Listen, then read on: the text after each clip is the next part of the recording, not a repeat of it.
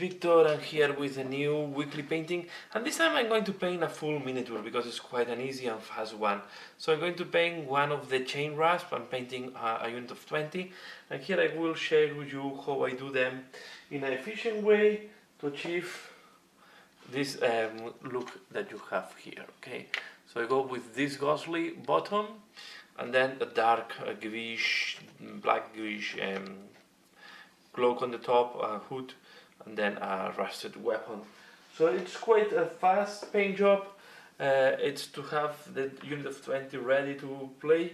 So let's start on that. So we are going to start applying Celeste Gray on the parts we want to be lighter. So this means mainly that's the bottom layer of the cloak or the clothes. Okay, I'm doing also as well this type of smoke, ghostly smoke that is appearing sometimes from the ground. Okay, so we are going to apply a thin layer, and Celeste Gray, to be fair, it works quite well, covers well black, and I don't have any problem to apply this layer. Okay, so I'm going to do that, and I'm back once. Okay, once the Celestial Grey have dried, now we are going to apply a technical paint that is called Nihilate Oxide. Okay, I liked a lot this color over the ones they made for the Night House. I think this one gives a very interesting tonality that works very well to do this ghostly effect. Okay, so we are going to apply this like a wash. Okay, and it's more or less the texture that it has. It's a little bit more thick in pigment than a wash, but it will do the work. Okay, so I will apply this on all the parts where I have applied Celestial Grey, including especially the head or the face. Okay, I will do as well all these things that are hanging here. Hands, arms, all the parts that I want to have with this color. Okay, you can see it's quite a straightforward step. If you go a little bit on the black, don't worry. This way I do this at the beginning because normally this is a little bit more messy than on the next steps. Okay, so I like to have it now done. What you have to be sure that you do all the parts that needs to have this color. Okay, so I do that and I come back once this is dry. Well, once the wash have dry, as you can see here, next I'm going to apply iron breaker on the metallic parts. Okay, the parts where I want to have metal. I prefer to use a medium tone, not too bright, but not too dark either, because we are going to wash it later on. So for example, we are going to do the chains. Okay, we will do the weapons, and that's all in that case. Okay, so we apply this on the chains and the weapons. I will apply that, and I will come back once it is done. Next, I'm going to use, we can use any brown. So in that case I will use the grey yard of earth. I try to combine different browns to give a little bit of variation between the weapons. But use this type of not reddish brown. I like to use more this greenish or yellowish browns. Okay, so I'm going to use this one here, but you can use any one that you like it for the weapon handle. Okay. So I apply this at the handle and I'm back once it's done. Okay, next step, we are going to apply agate air shade on the metallics and on the wood parts to make it look darker and dirtier. Okay, so this will give the look of old that we want for this type of things. Okay, so we apply like that. We are going to do as well the chains.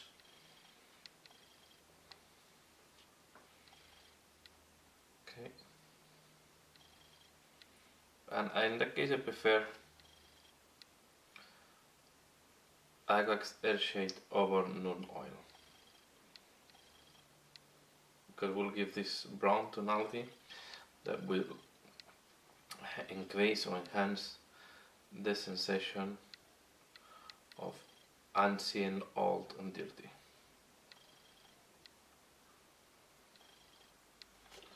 Okay, with no, and then I will, with this device, we will start doing the highlights. So the painting, this is quite fast. You will see that it's just some steps, and I try to do I try to find a way that is systematic, easy to reproduce, and fast to be efficient. So also, once you start doing more, you will have as well. You will start going faster. So now I wait at this device and I come back. Once the washes have dried, we are going to start doing the highlights on the miniature. So we are going to start using first Celestial Gray, what was the base color, but of course after all the wash it's much darker, the color. Okay. So what we are going is, we are going to start looking for the parts where we want to be lighter, and we apply Celestial Gray like that. Okay. For example, this one I will go very light, so I will apply quite a lot. Here's the thing that we are going to do then, a second layer with white, okay, that will help to pop up a little bit more the colors. Okay, I do a little bit of edge highlighting combined with highlighting this type of falls. It's going to be quite stark at the beginning, okay, but then when it dries it's going to be softer, and yeah, I think in that case that is quite stark works.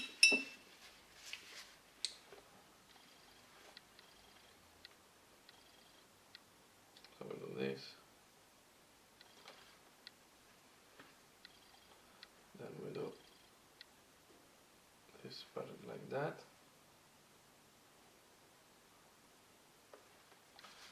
and we do the other side.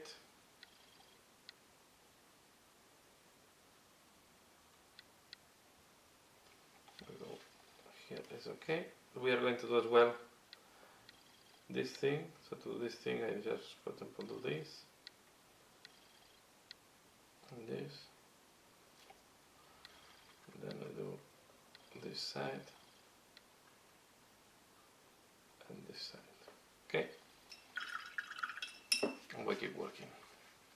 On the face, what I will do is I will go around the nose. Remember, this is a skeleton face, so the nose will not be there. Now I do something like that. Okay, I let it. I wait to come later with the white to make it pop up a little more the face as well. And now here I do the fingers.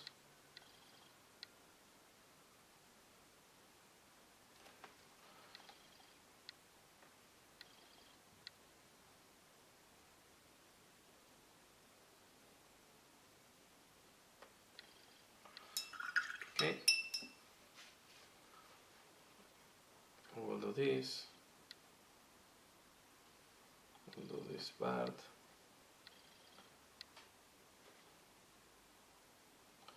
and you can see that once dries, it's more discreet, the transition.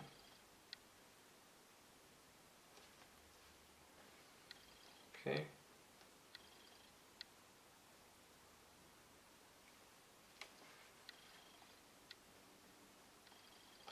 In a lot of cases it's better to wait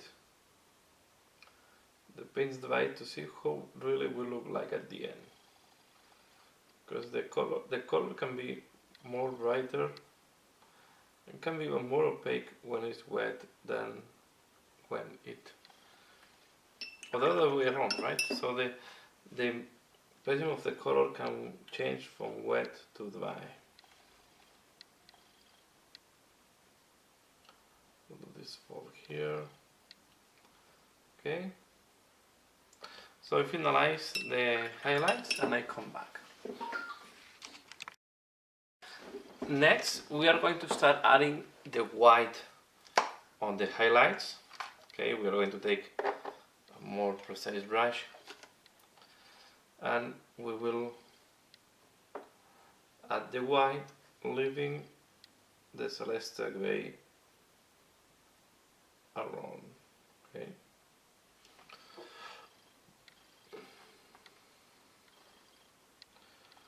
So this will give, this is what I think is making the blue to pop up, because this, all the colors we have applied to up to now are quite desaturated, and this will help to create,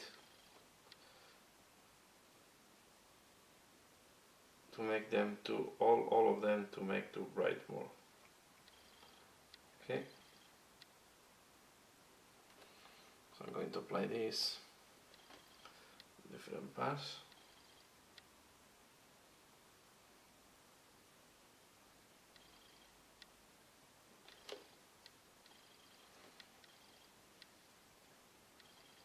I'll do this.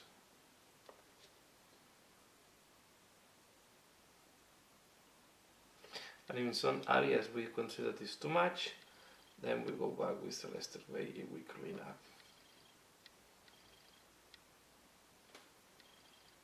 Okay, for example, now, or you can even take a little bit, mix it 50-50, and you just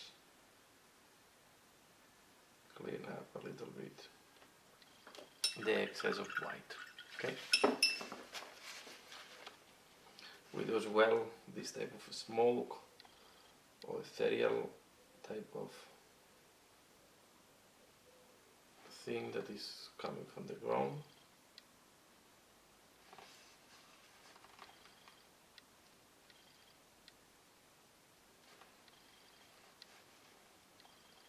Okay. Now I will go back here.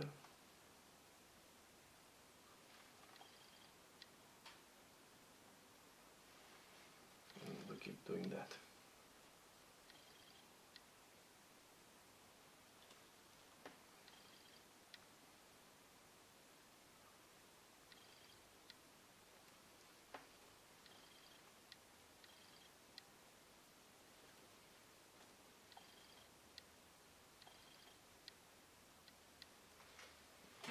Okay. We go there.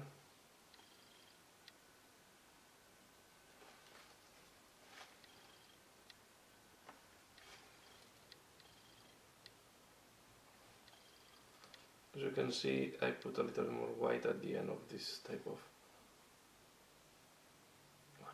closer finishing. And the part that I like to as well add white, it's here on the face. Okay, something like that.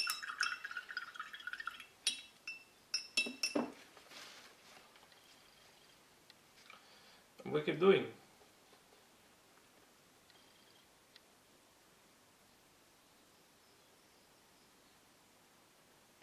Okay.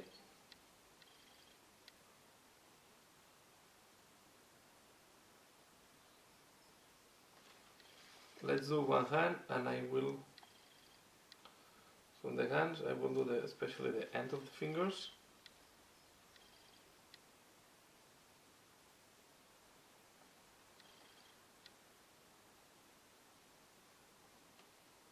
Here, then we start from this side of the fingers, and we go up.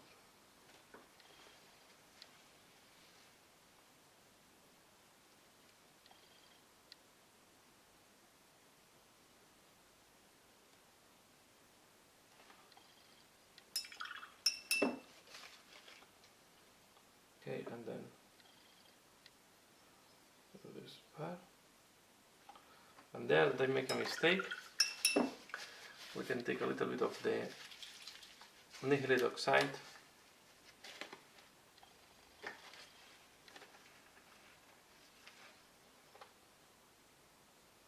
and we put it back here. Okay, so I do the rest of the white and I'm back. So that's how it looks like now. Okay, so we started being in shape, and now the last part is to the black.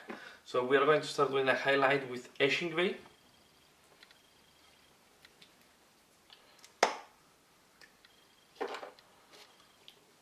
So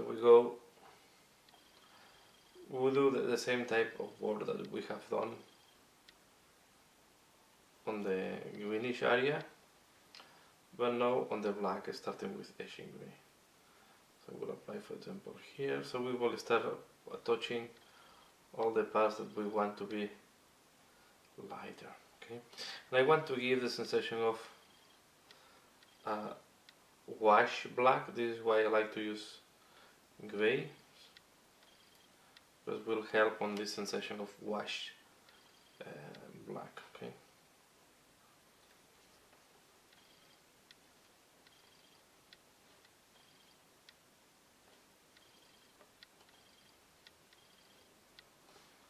Okay, so I will apply this on all the parts where we want it.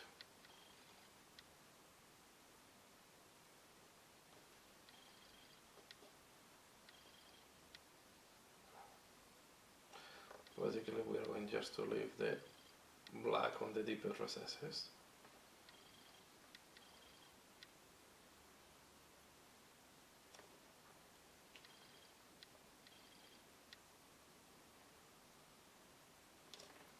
Okay.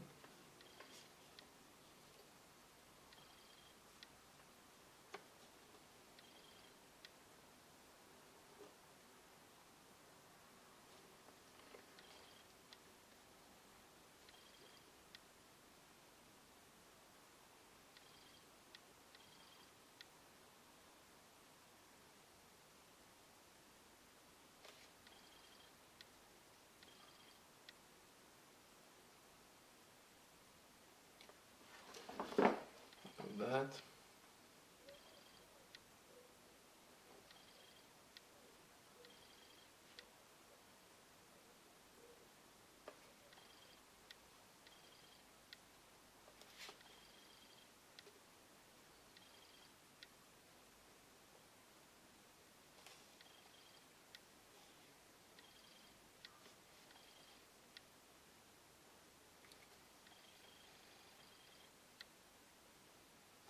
Okay, and now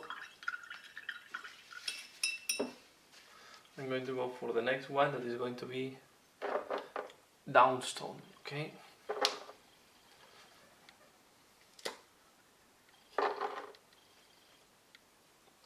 Downstone, it's going to be more noticeable.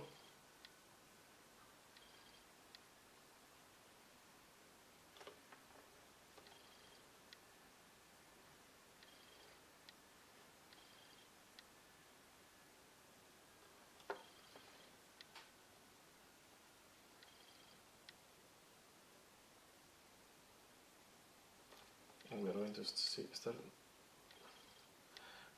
the detail much clearer.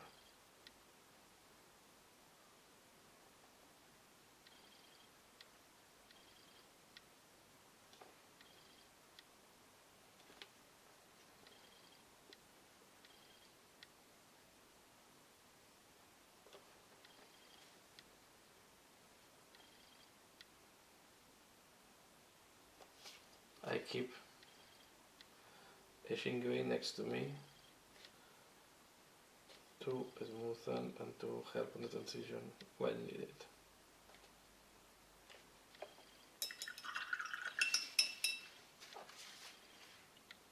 In that case, I don't need a clean black.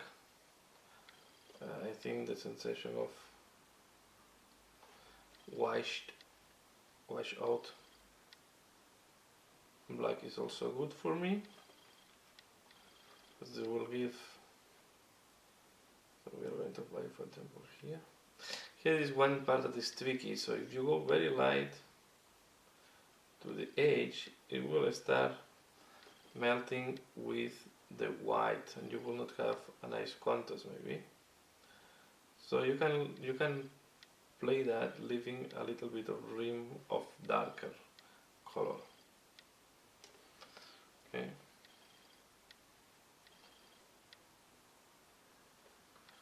Here we see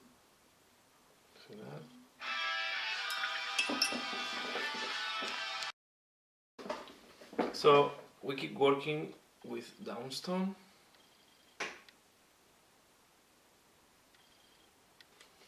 Okay.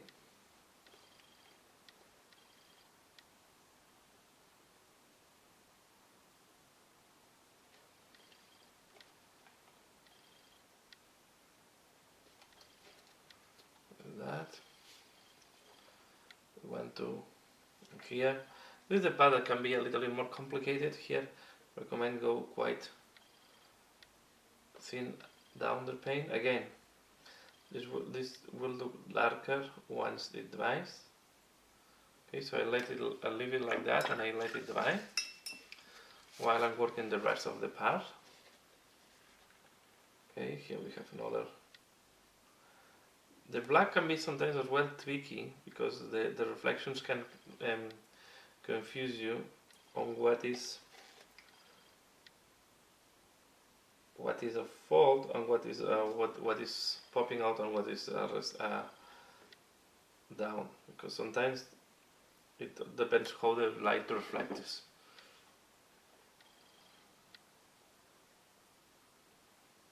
Okay. And then here I will do another one.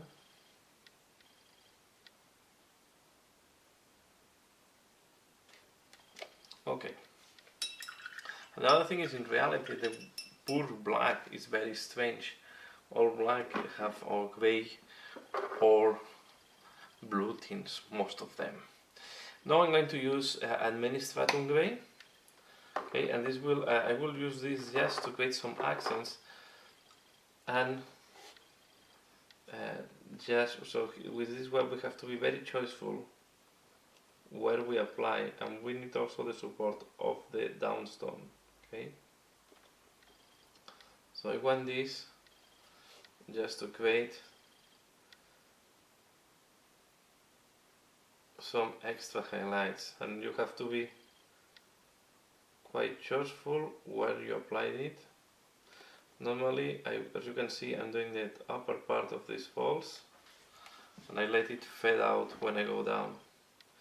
Here, this is one thing that is a little bit annoying me, that is that the meter did not close correctly there, and there is a small crack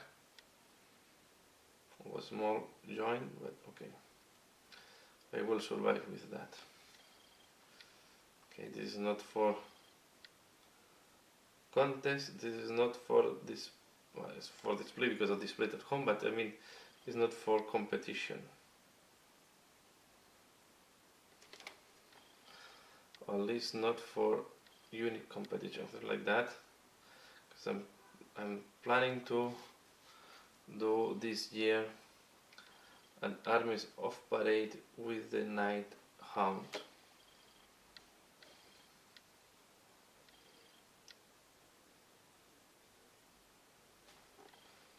So I'm using this.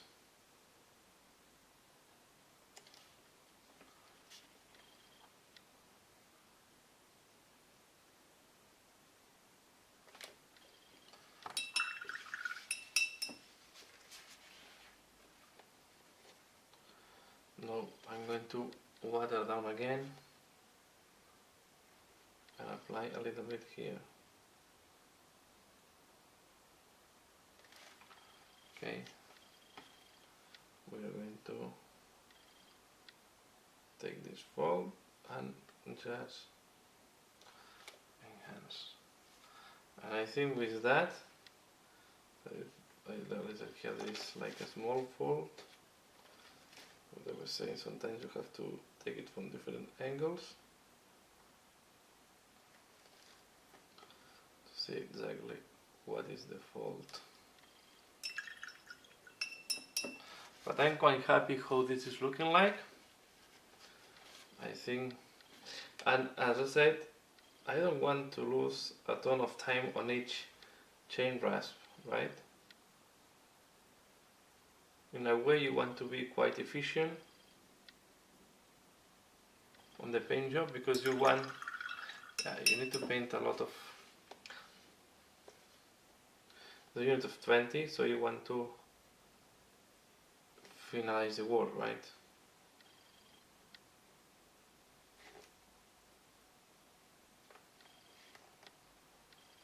There's a little bit of extra more time here.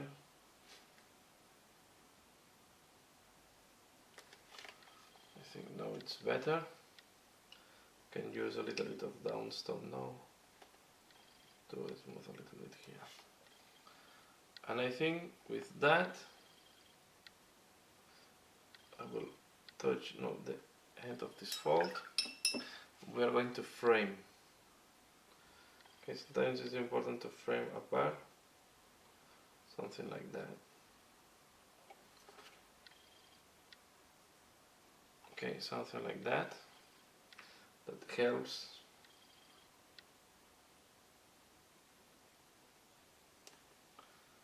To see where the black is starting and where we have this green thing. Okay, and that's all. This is a way to paint the Chainrasp guys. Okay, so you see from the front, I think looks quite nice, and once you have the full unit painted, will look nice on the table. So here you have this week. In this weekly painting, I did a full miniature, quite fast, quite easy, and that I think will look good on the tabletop with all his colleagues. So that's all for now. As usual, thanks a lot for watching, and see you again later. Bye!